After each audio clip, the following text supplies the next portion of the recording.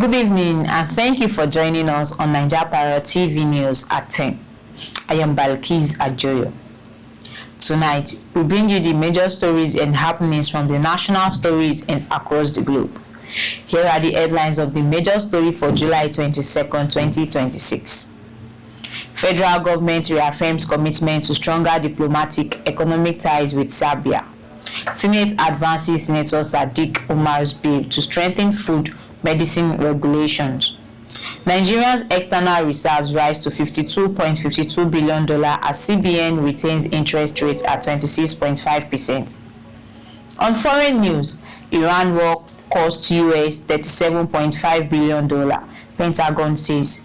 And on sport, Flying Eagles arrive in Ivory Coast to defend WAFU B Under-20 title.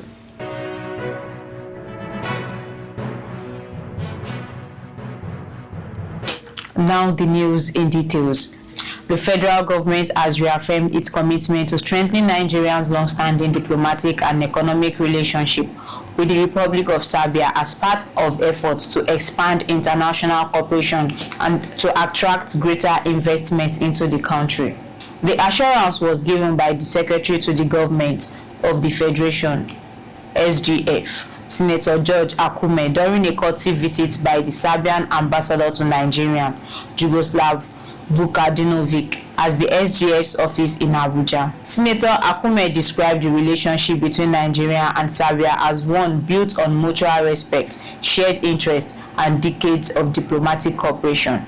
Away from that, the Senate of the Federal Republic of Nigeria has passed for second reading a bill sponsored by the Senator representing Kwara North Senatorial District, Senator Sadiq Umar, aimed at strengthening Nigeria's regulatory framework for food, medicines, vaccines, medical devices, cosmetics, and other regulated health products.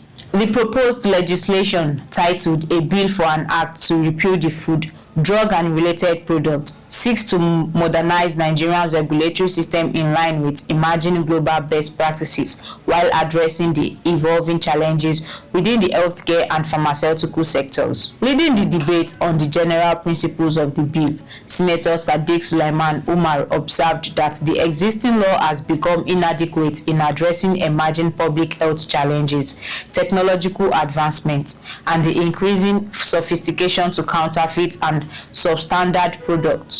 He explained that the proposed legislation would establish a more robust and comprehensive legal framework for the regulation, registration, monitoring and surveillance of food, pharmaceuticals, vaccines, cosmetics, medical devices, and other regulated products, with the primary objective of safeguarding the health and well-being of Nigerians. Meanwhile, the governor of the Central Bank of Nigeria, CBN, Olayemi Cardoso, has announced that the country's gross external reserves increased to $52.52 billion as of July 17, 2026, up from $50.47 billion recorded at the end of May. Cardoso disclosed this on Tuesday while presenting the communique issued after the 306th meeting of the Monetary Policy Committee MPC in Abuja. The CBN also retained the monetary policy rate MPR at 26.5% alongside other key monetary policy parameters aimed at maintaining price and financial system stability.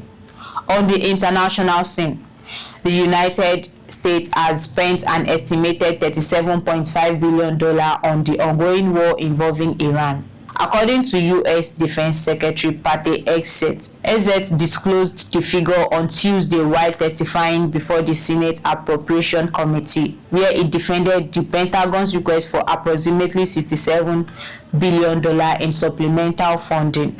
According to him, the latest estimates represent a significant increase from the nearly $29 billion project in mid-May. Lastly, on sport, Nigeria's under-20 national team, the Flying Eagles, have arrived in Ivory Coast ahead of the 2026 WAFU B Under-20 Championship, while they will begin the defense of their regional title. The defending champions landed in Abidjan before traveling by road to the tournament host city of the Yamoussoukro. Coach Ali Zubairu's side will begin their title defense against long-term rivals Ghana's Black Satellites at Lycée Scientifique on Monday. And that concludes our news for tonight. Stay connected with us. Follow us on all social media platforms and visit www.9japarrot.com for more breaking news and in-depth reports. I am Balikis Ajoyo. Thank you for watching. Good night.